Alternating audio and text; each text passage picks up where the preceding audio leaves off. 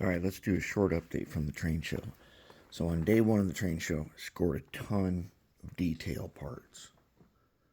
I found this one liquidator is just getting rid of all these detail parts and for next to nothing.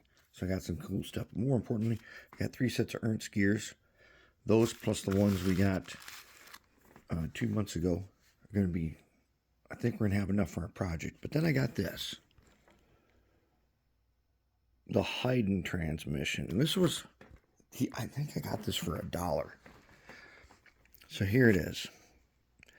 Okay, so this thing, when you try to look for this, you'll find nothing but criticism of it. But that was then.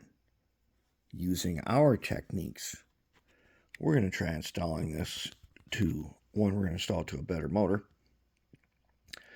2, we're going to eliminate some of these joints here and put in our silicone hose. But what it does, it's a little gearbox that goes on the end of the motor. And I'm sure you've seen micro motors that have little gearboxes. It goes on there, and then it gives more torque.